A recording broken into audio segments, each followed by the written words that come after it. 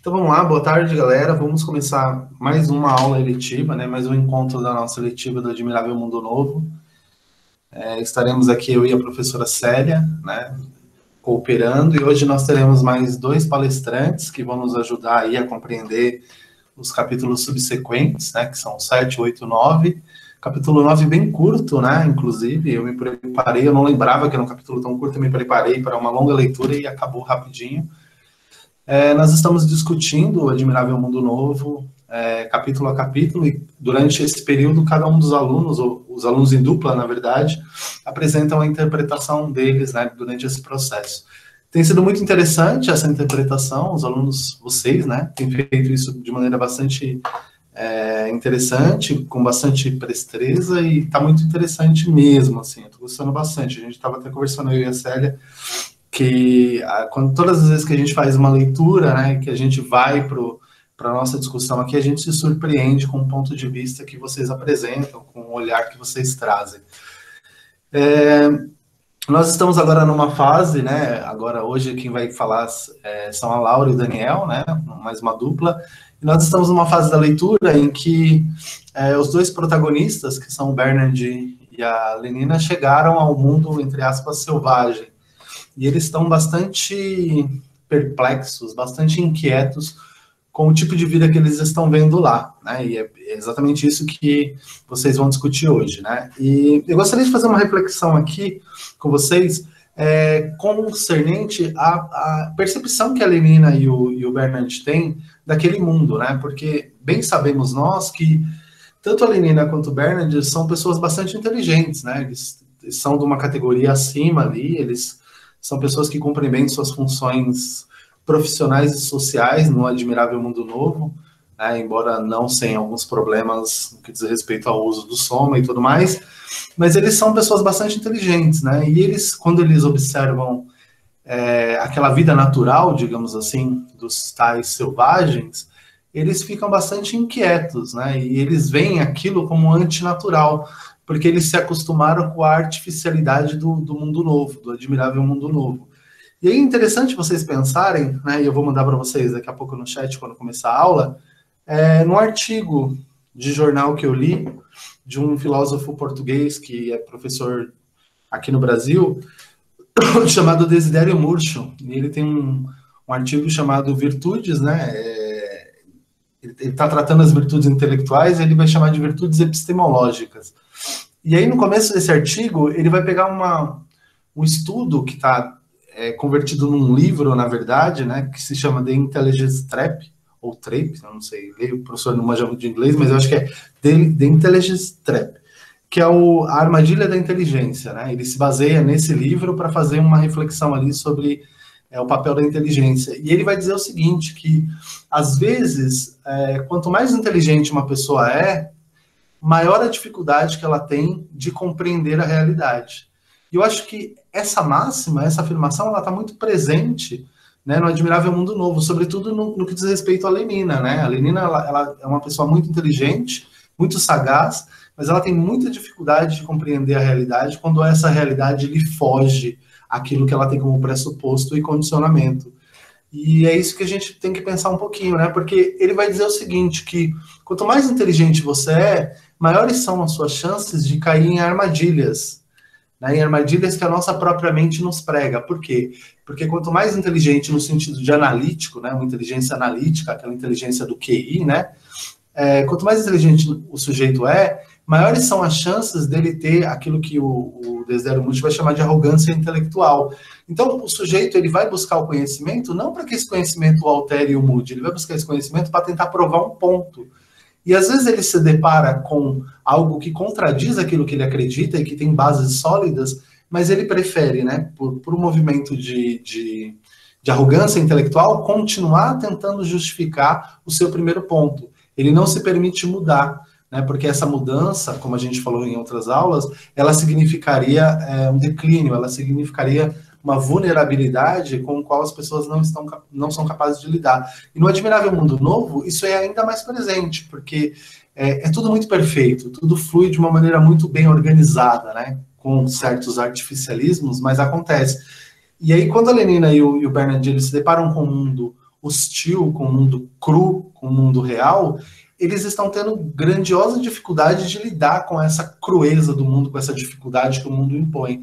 Né? E é interessante a gente pensar isso porque nós estamos o tempo inteiro tentando, né, dentro de um contexto social, acender aqueles que são inteligentes, né, colocar o gênio, né,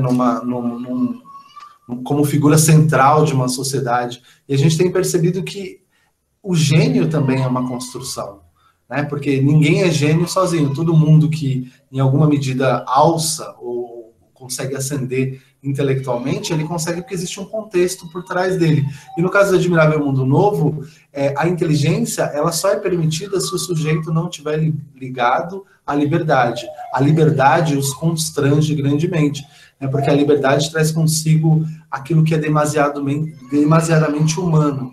Né? Então, em certa medida, a gente está percebendo um certo estranhamento entre os dois protagonistas com os selvagens que vivem naquele mundo, que a gente percebe também quando as pessoas de países de primeiro mundo visitam os países tidos como países de terceiro mundo e elas veem a maneira como os sujeitos ali vivem. Né? Então, o parâmetro etnocêntrico ele está sempre em voga, tanto para a distopia que a gente está estudando, quanto para a nossa realidade mesma. Então, a partir dessas premissas que eu apresento aqui, né, eu convido vocês a pensar um pouquinho, né, e posteriormente responder o que é a inteligência, o que é ser inteligente, o que é ser um gênio. Será que a gente não superdimensiona essa questão da inteligência, da genialidade? Será que o sujeito que não tem um contexto que o favoreça pode ser um gênio?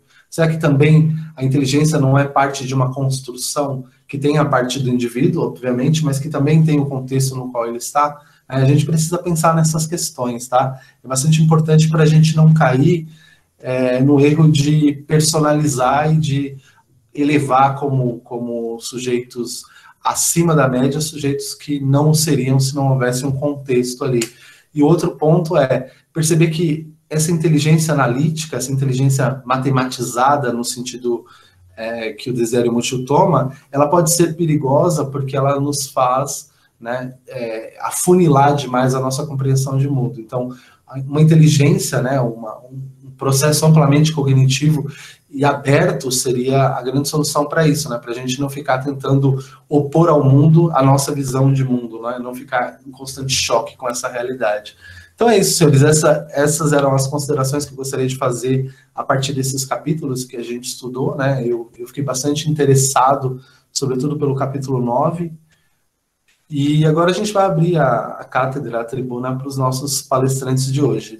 Sintam-se à vontade e façam como vocês desejarem, tá bom? É com vocês agora. Boa tarde, gente. Obrigada, professor. Hoje é eu e o Dani que vai estar apresentando. Dani, coloca o slide aí, a apresentação.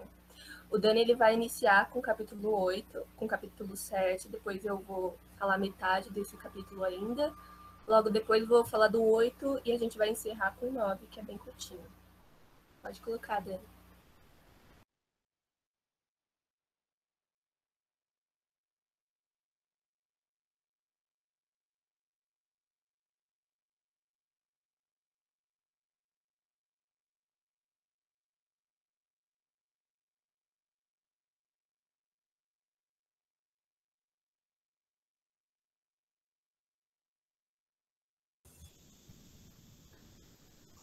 Se ele está mudo mesmo ou sou eu?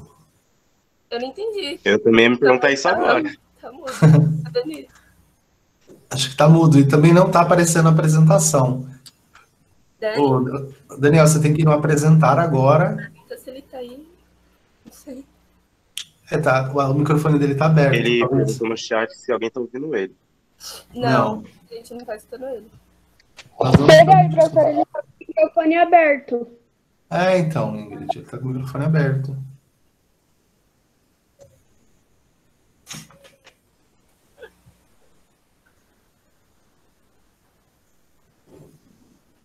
Ô, Daniel, sai e volta. Você tá... Tá bem baixinho? Não dá pra escutar bem baixinho?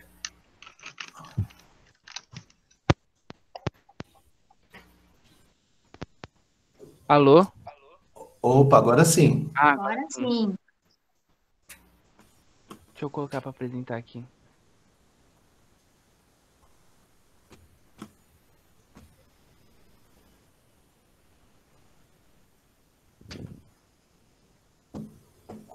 Tá compartilhando? Ainda não. Agora sim. Tá.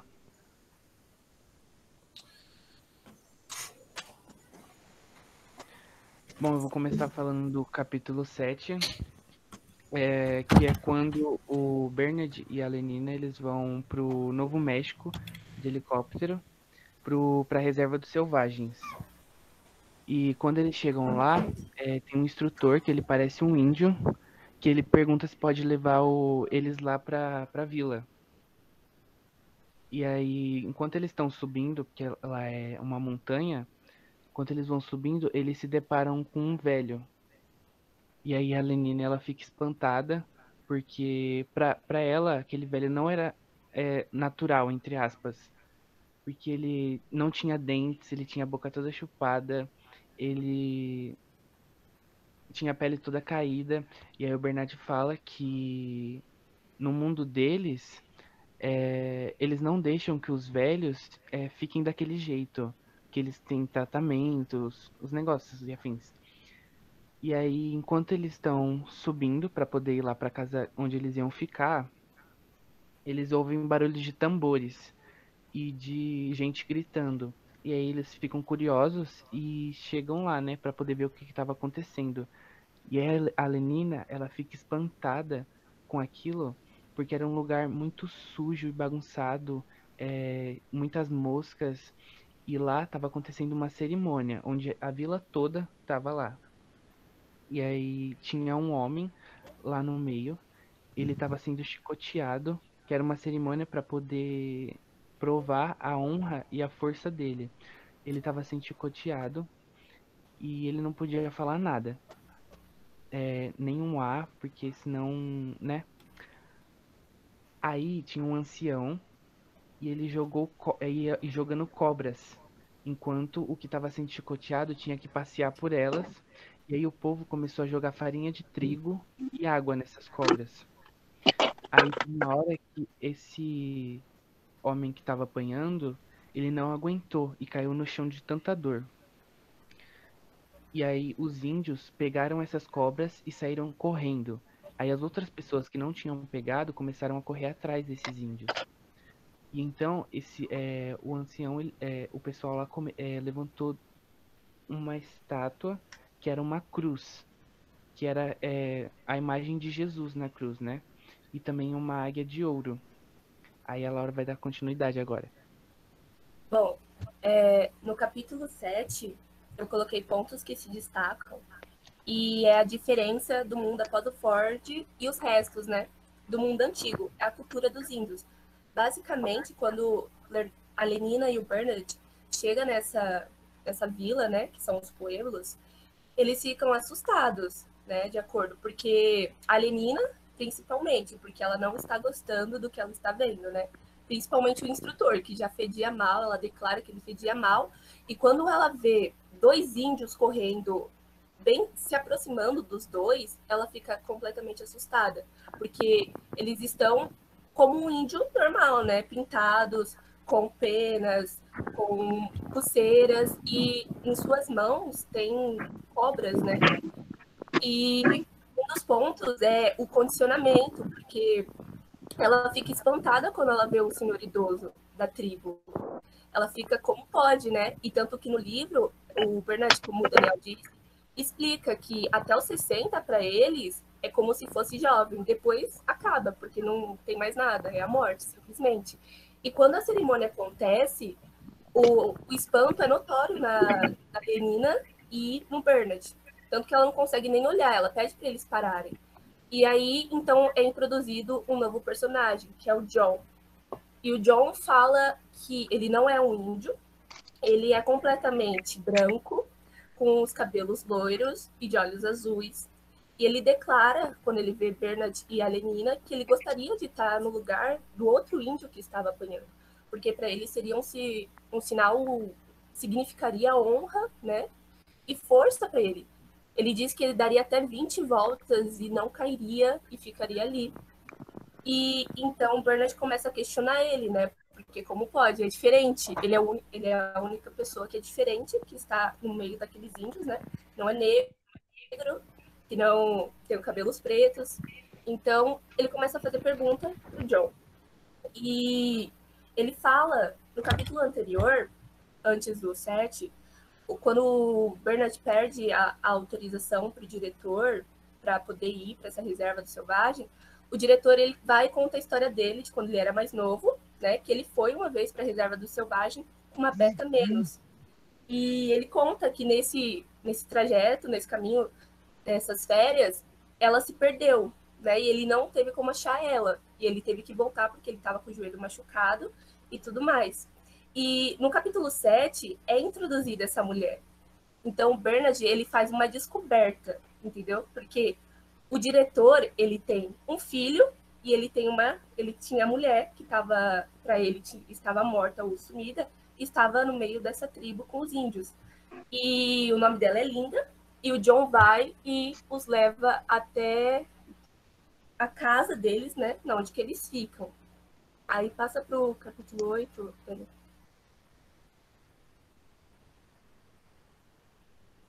Dani? Oi.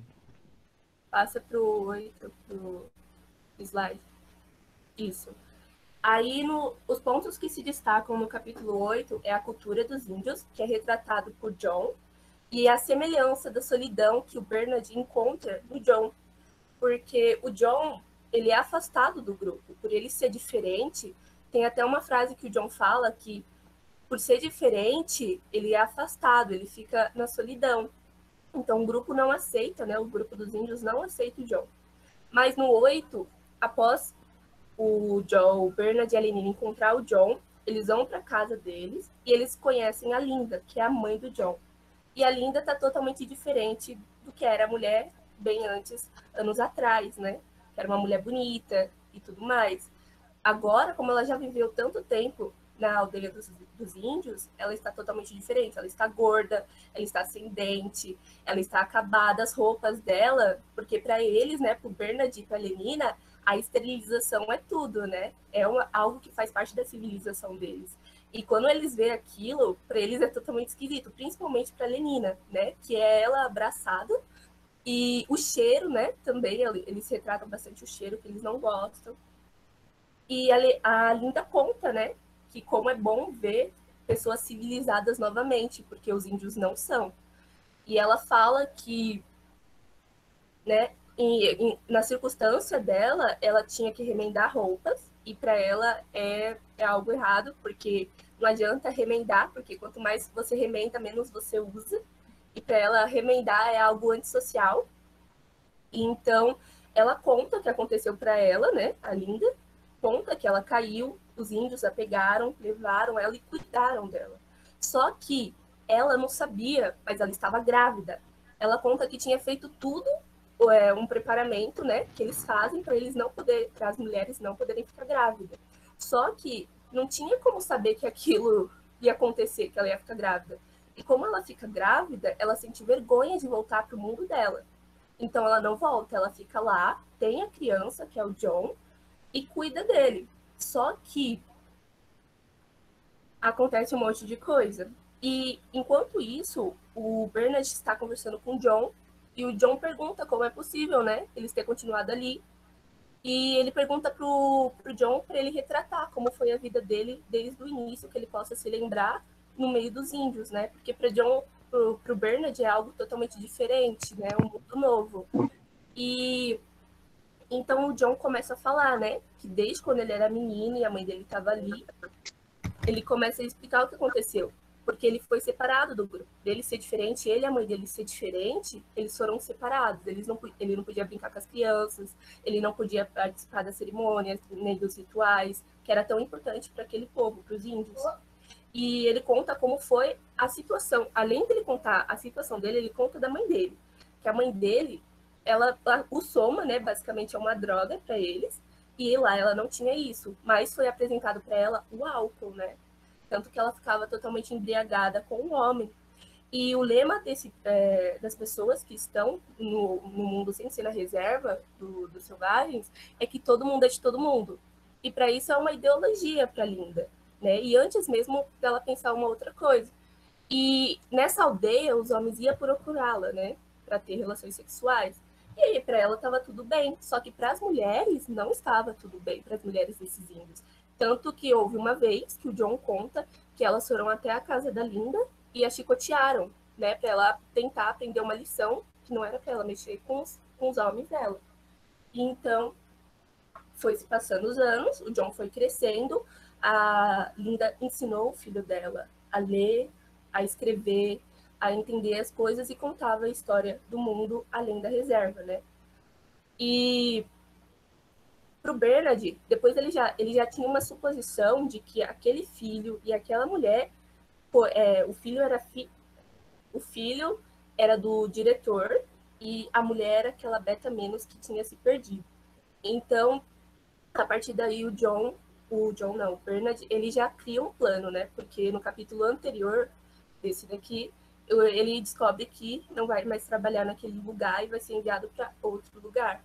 Então, ele cria meio que um plano, né? Para tentar fazer algo diferente. E no meio do que o John tá contando pro Bernard, ele fala que ele se sente sozinho, porque ele é excluído do grupo. Ninguém quer ele por ele ser diferente, né? E o Bernard, por se sentir assim no meio dos outros, que gostam do que é artificial, ele se sente daquele jeito. Ele encontra no John algo parecido, né? A solidão que ele sente, de não entender, porque é assim que ele se sente. Aí, passando para o capítulo 9, aí, como eu já disse, o plano do Bernard, que o que acontece? Ele coloca em prática. Ele começa a ligar para os contatos dele, fala com o administrador-chefe da empresa onde ele trabalha e pede e conta a história, né? Conta da Linda e do John, que é provavelmente o filho do diretor. E ele, nesse meio tempo, narra a história do Bernard, o que ele está fazendo para conseguir levar a Linda e o John para a cidade, né? Para ter uma conversa, uma reunião, algo assim. Só que no capítulo posterior, o que acontece? Quando o Bernard vê a Lenina, ele se sente atraído por ela. Mas para a Lenina é algo normal, né? Para o John não, é algo totalmente diferente. E nesse capítulo 9, enquanto o Bernard está preparando tudo para poder levar a Linda e o John para a cidade, o John vai até o hotel onde eles estavam instalados, né? E pensa que pela porta está fechada, eles já foram sem levá-lo ele e a mãe. Só que então ele entra pela janela depois de quebrar e olha e vê que a mala ainda está ali. Então ele pensa, não, eles estão aqui ainda. E como no capítulo posterior ele gostou da Lenina, ele vai até a mala da Lenina e começa a mexer nas coisas dela, usa o perfume e vê os negócios. Então ele vê uma outra porta e vai até ela e encontra a Lenina, né? E nessa ela estava dormindo, porque ela já tinha tomado várias gramas de soma, e ela estava realmente capotada, dormindo. E ele olha para ela, tanto que ele a declara, né? Ele faz uma comparação dela com a Julieta de Shakespeare, né? Então ele a compara, né? Com quão bela ela é, e passa por ele um pensamento do que ele poderia fazer com ela, né? Mas depois ele tira isso e sai apressadamente porque o Bernard chegou. E esse é o fim do capítulo 9. Tem algumas frases que foram bem chamativas do capítulo 7 até o capítulo 9. Passa, Dani. E são essas que eu coloquei. Se uma pessoa é diferente, é fatal que se torne solitária. Foi isso que o John disse para o Bernard. E foi isso que a Linda disse para a Lenina, que remendar é antissocial. E o Bernard, logo quando eles chegaram na aldeia dos índios, e depois da Lenina ter visto uma mulher amamentando uma criança e achado aquilo repugnante, o Bernard fala assim, penso muitas vezes que talvez nos tenha faltado algo por não termos tido mãe. E tem essa outra frase, que é a própria Linda que fala, né? porque ela fala assim, civilização é esterilização. É tipo um mantra, né, que eles escutaram desde quando eram bebês, e eles continuam falando isso. Porque sempre no decorrer do livro inteiro, a Lenina, né, principalmente, ela fica repetindo essas frases. E a última frase foi a que a Linda disse, que quanto mais se remenda, menos se aproveita. Isso eu trouxe como uma analogia para o nosso mundo. E quanto mais se remenda, menos se aproveita. É tipo consumismo. A gente basicamente joga fora tudo aquilo que não serve e compra o que é novo, porque não dá para se aproveitar. E é isso. Legal, hein? Muito bom, Laura. Muito bom, Daniel. Gostei bastante. Vocês fizeram uma leitura bem detalhada, né? Tem uma parte que o Daniel fala, a primeira parte do Daniel, em que a Lenina está ali assistindo o culto, né? O culto que eles estão fazendo ali, o ritual, na verdade. E a Lenina fica falando a todo momento que ela queria ter à disposição Soma, né? Porque ela esqueceu do Soma. E isso faz com que ela fique ainda mais angustiada, porque ela é obrigada a ver aquela realidade sem poder alterar a própria consciência. Isso é bastante significativo para o que você vai dizer depois, né, Laura? Essa ideia de que eles estavam o tempo inteiro se angustiando, né? Tem uma outra parte que você fala que é muito interessante, né? E eu acho que seria legal você falar, um dos dois falar também, que é aquela parte em que você achou isso é preciso, né? O John e o Bernard, eles têm uma certa identificação, né? E essa parte é uma parte bem interessante. Vocês conseguem falar mais um pouquinho dela? Na minha visão, né, eu vou falar pela minha visão que eu vi. Porque no decorrer do livro, tem um momento, não sei se vocês lembram, mas no capítulo onde o Bernard sai com a Linda, e ele para, né, o helicóptero bem em cima do mar, e ele fala que ele gostaria de ficar ali porque é sozinho e eles poderiam se conhecer melhor, né? Ele queria apreciar, porque ele gostava daquilo. E a Linda, ela se sente diferente. Então ele se sente diferente, sozinho por aquilo, pela Linda não conseguir compartilhar com ele aquele sentimento que ele queria. E no John, quando ele conhece o John e pergunta, né, já sabendo quem era o John, e ele pergunta o que era aquilo, né, o que tinha acontecido na vida dele, o John, ele declara que ele se sente sozinho. Tanto que no capítulo 8, ele conta, né, que ele não podia participar da cerimônia. Uma vez ele não podia participar da cerimônia para descobrir o animal interior dele. E ele se sentiu sozinho, ele era ameaçado por isso. E tanto que ele contou que, né, porque a religião deles, a cultura deles era uma mesclagem de cristianismo com a deles, essas coisas. E ele contou que ele ficou parado como Cristo, esperando num sol ardente, para ver o quanto que ele aguentava. Depois de poucas horas, ele sentou, cansado, e ele estava perto de uma montanha, né? E para ele pensou, foi um pensamento quase suicida, né? Porque um passo adiante ele poderia estar morto, cair do penhasco e morrer. E naquele momento foi quando ele falou que se sentiu muito sozinho, porque o grupo, né, dos índios estava separando ele. Ele não podia, por ele ser diferente, ter os olhos azuis, a pele clara e os cabelos claros, ele não podia. Ele achava algo interessante, ele já tinha convivido aquilo. Tanto que tem uma parte que a Linda diz que ela tenta condicioná-lo da forma como ela foi, que ela não consegue. Porque o John, ele já estava incrementado, envolvido com as questões dos índios, a cultura e tudo mais. E quando ele conta no capítulo 8 que depois dele tentar assassinar o amante da mãe dele, então aceitam ele meio que um pouco e ele começa a conhecer um pouco da cultura dos índios. Mas quando ele fala pro Bernard, que ele se sente sozinho, né?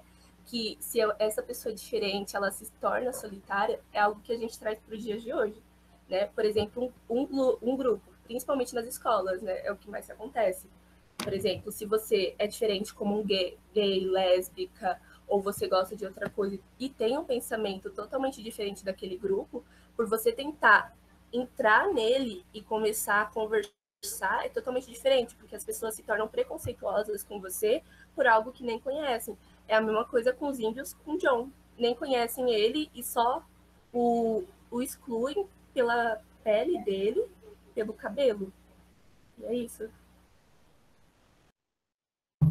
tem uma parte também que é bem interessante, eu acho que está no 8, em que a Lenina fala, você também citou, a Lenina não, desculpa, a Linda fala que ela ensinou o John a ler, e aí o John encontra, eu não sei, não fica muito claro no texto, né? Ele encontra ali uma coleção de obras completas do Shakespeare. E aí ele lê, né, com bastante dificuldade, e essa leitura, ela vai voltando, né, para o capítulo de vez em quando, não é isso? Vai sim, porque ele pega... É como se fosse a leitura para ele fosse um meio de escape de tudo aquilo que ele estava sofrendo, por ele ser diferente, por ele estar sendo excluído do grupo. Aquela leitura, tanto que ele fala assim, que quanto mais ele lia, mais ele se sentia forte, porque era algo que ele tinha e os outros não tinham. E tanto que ele encontra a dificuldade era imensa dele para conseguir ler o livro de Shakespeare. Mas ele continuava lendo, porque ele sentia que quanto mais ele lia, ele tinha uma coisa para se apegar. Ô, Laura, Daniel, você compararia o ritual que vocês, né, comparariam o ritual pelo qual o John passa, né, o John não passa, na verdade, o ritual pelo qual ele gostaria de passar, né, que é um ritual até sangrento e violento, com os rituais que aconteciam no Admirável Mundo Novo, que acabavam em orgia? Vocês acham que tem alguma relação? Vocês acham que todos os povos, eles acabam criando rituais, ou isso daí era uma coisa específica daqueles dois povos ali? Eu acredito que sim, né? Porque tanto que na consolidação de Ford acontece aquela cerimônia intensa deles, e na dos índios também foi uma cerimônia, só que totalmente diferente, mas realmente sim, acontece. E é algo, né? Tanto que é uma mesclagem de culturas e de religião, que fala um pouco do cristianismo e tem um pouco da explicação dos índios. E esse é diferente, né? Porque não sabíamos que índios, né? O que o autor faz nesse livro, ele coloca interligado culturas e religiões diferentes.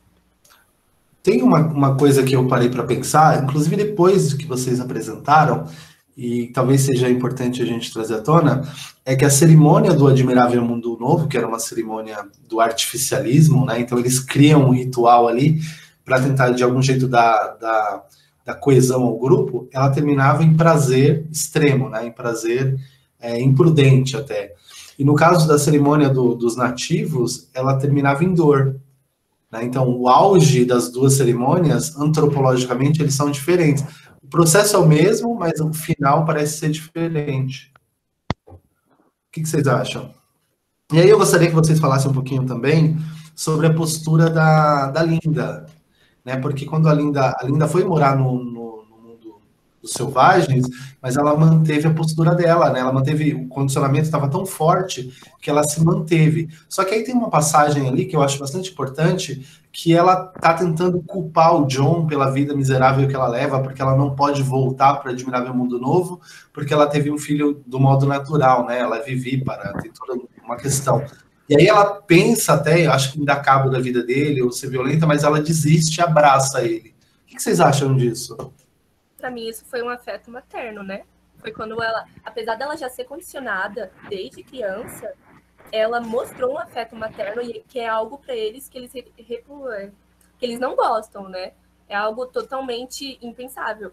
No começo do livro, eles falam, né? Eles falam, tipo assim, ô, mamãezinha, meu bebezinho, e essas coisas, e para eles é algo como se fosse um pecado. Eles ficam tipo, não, não, não, que coisa horrorosa. E para ela, quando ela teve o John, e foi o que o senhor citou, quando ela se sentiu ruim, porque ela não podia voltar para a civilização normal, por conta do John, né? Então, ela tentou bater nele. Ela estava, depois dela ter sido espancada pelas mulheres dos índios, ela bate no John também, porque ela se sente ameaçada, ela se sente ruim, né? Porque é como se ele fosse o fardo para ela. Mas mesmo assim, ela olha para ele enquanto ele está pedindo para ela parar, ela olha para ele e o abraça. E esse foi um afeto materno, foi quando ela demonstrou amor para ele, eu acho, de mãe para com o filho. Vocês acham que isso tem uma relação com o que o Bernard fala com a Lenina, na conversa que vocês também citaram, quando ele diz, olha, romper essa relação da mãe com o filho pode ter nos causado algum problema. Você acha que tem alguma relação? Sim, eu acho que sim, né? Porque falta, às vezes, a gente pode trazer para o nosso mundo real, né? Que tem muitas crianças que nascem sem a mãe, né? Que ficam sem a mãe, e são algumas coisas diferentes. Claro que vai de caráter para caráter, mas vale da construção do crescimento dessa criança. E talvez para eles, por eles terem tão condicionado esse ponto, faltou para eles, né, esse tipo de afeto, esse tipo de carinho, algo que pro Bernard, na visão dele, é algo tipo que ele gostaria de sentir, sabe? A paixão. Ele gostaria de se sentir vivo, liberto. E tanto que a Lenina fala para ele que eles é livre, né? Mas na verdade não, eles são totalmente condicionados, impostos para um determinado cargo. E assim, eu acho que essa frase, como o senhor disse, faz total sentido. Agora que eu parei para pensar também, faz total sentido. Porque talvez falte alguma coisa para eles. Esse carinho, esse afego, essas coisas, eu acho que sim. Para finalizar, vocês foram muito bem. O que vocês acham? Vocês acham que existe liberdade no Admirável Mundo Novo? Se sim, por quê? E se não, por quê? Eu acho que não. Pela condição do Bernard e dos outros que são totalmente condicionados, eu acho que não. Mas o Bernard é tipo uma exceção, né? Que nem o outro amigo dele. Mas ele é uma exceção que ele tenta se livrar dessas amarras, mas mesmo assim ele ainda está muito fundo nessas amarras. Mas eu acho que não tem liberdade. A não ser por esse capítulo, que foi mostrado um pouco de liberdade, mas em comparação com o resto, eu acho que não. Alguém leu a continuação ou ninguém leu? Tá todo mundo igual? Todo mundo na mesma etapa? Porque eu gostaria que vocês me dissessem, quem não leu, obviamente, o que vocês acham que vai acontecer, né? E aí a gente conjecturando aqui, sem nenhuma responsabilidade de acertar, quando a Linda e o John chegarem no Admirável Mundo Novo. Vocês acham que eles vão causar escândalo? Vocês acham que eles vão serem usados para alguma coisa? O que vocês acham? Essa serve para a Laura, para o Daniel e para todo mundo, caso alguém mais queira falar. O que você acha, Laura? Eu acho que vai ser um impacto para eles, né? Quando vê o John. Talvez a Linda também, porque ela já meio que tá totalmente diferente do que ela era antes. E o John, por ter vindo dela, vai causar um impacto, sim, naquela sociedade, porque para eles é algo totalmente absurdo, né? Uma mulher que dá luz a um filho, e então para eles vai ser bem diferente, principalmente para o diretor, né? Eu acredito que talvez ele possa perder o cargo dele ou alguma coisa assim. E vocês acham que há alguma semelhança entre o Admirável Mundo Novo e a nossa sociedade, baseado nesses 3 capítulos que vocês leram? Eu acho que sim. Eu vou traçar um paralelo aqui, vocês me digam se dá para pensar. Quando a gente está pensando aqui num contexto de selvagens e de civilizados, entre aspas, aí, para os dois lados.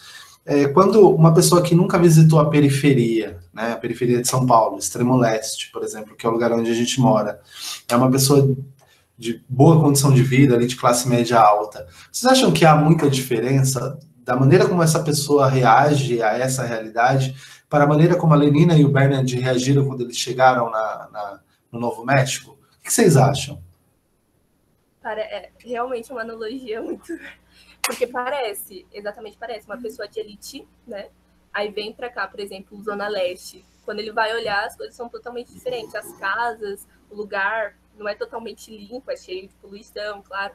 As casas são diferentes, então para eles é algo, né? Meu Deus. Então eles vão reagir de forma diferente, né? Porque eles não estão no espaço deles. É como se o mundo deles fossem fechados, o espacinho deles, e eles daquilo ali, né? Tipo uma realeza, eles conhecem tudo, é tudo bom, do melhor. E aí quando eles saem daquilo e vêm para um outro lugar onde não é igual, então totalmente causa um choque, né?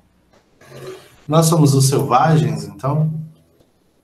Eu diria que nós somos os selvagens. Ô, Daniel, quais foram as suas impressões quando você terminou de ler os capítulos que você se destinou a ler? Está aí ainda, Daniel? Ele saiu da sala, professor. Ele saiu? Deve ter caído. Então fala você, Laura, o que você sentiu quando você terminou de ler? Você vai continuar a leitura? Você vem lendo, né? Sim. Olha, eu não vou mentir, não. Eu li tudo ontem, viu?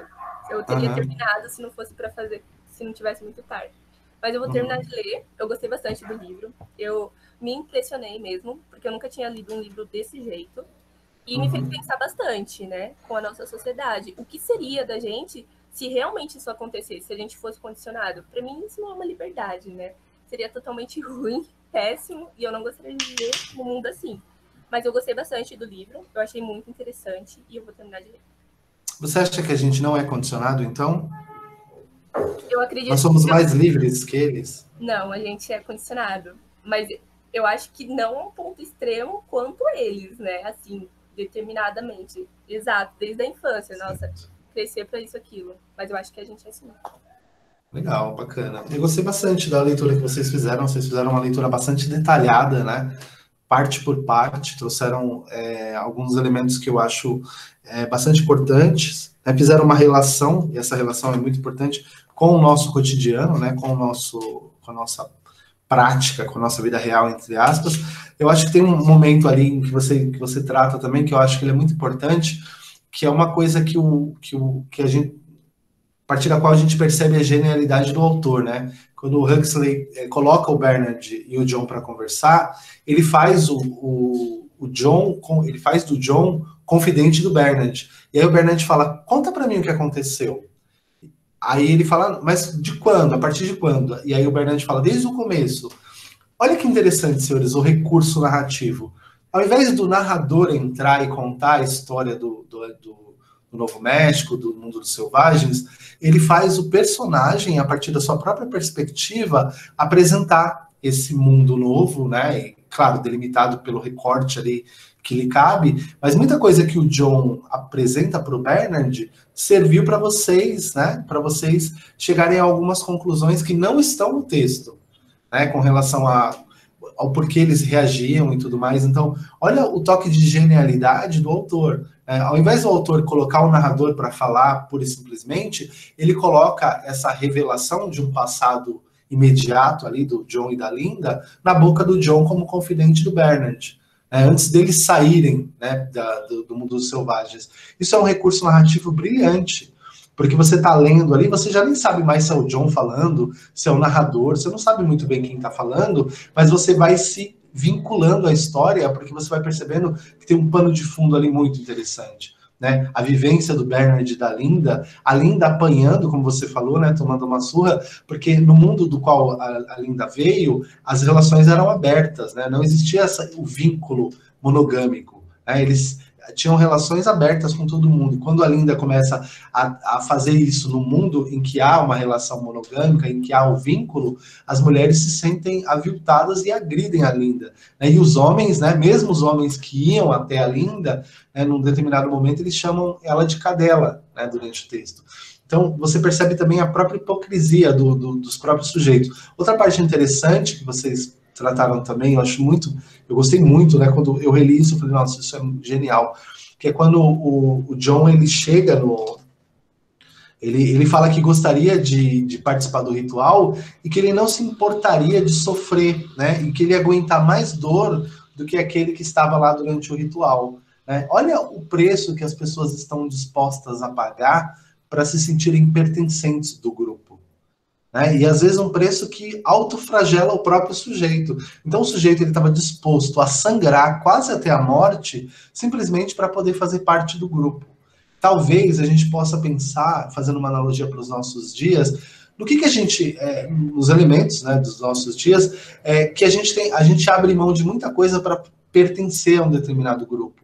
E às vezes essas coisas das quais a gente abre mão são exatamente aquilo que nos constitui como pessoa.